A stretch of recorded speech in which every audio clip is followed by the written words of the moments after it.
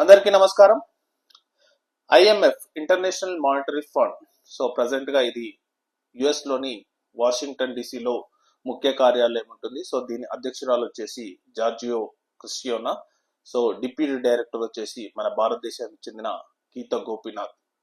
So విషయం ఏంటంటే IMF Pakistan కు almost $1 billion extend fund facility కింద అప్రూవ్ చేయడం జరిగింది. ఇంకా $1.4 బిలియన్ రెసిలెన్స్ అండ్ ఫెసిలిటీ కింద $1.4 బిలియన్ అప్రూవ్ చేయడం కూడా జరిగింది.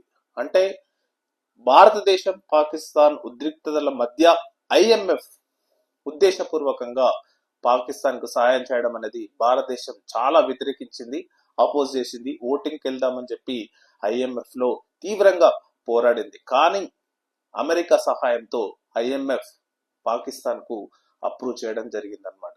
సో దీనిపై ప్రపంచ దేశాలకు భారతదేశం ఒక సూచనగా చెప్తుంది ఏంటంటే ఈ డబ్బును పాకిస్తాన్ ముఖ్యంగా ఉగ్రవాదాన్ని పెంచి పోషించేందుకు ఉపయోగిస్తుందని చెప్పి భారత్ చెప్తుందన్నమాట. సో పాకిస్తాన్ యొక్క హిస్టరీ చూస్తే దాదాపు 28 years లో 35 times ఐఎంఎఫ్ కు బెయిల్అవుట్ ప్యాకేజెస్ కోసం వెళ్ళింది అనమాట.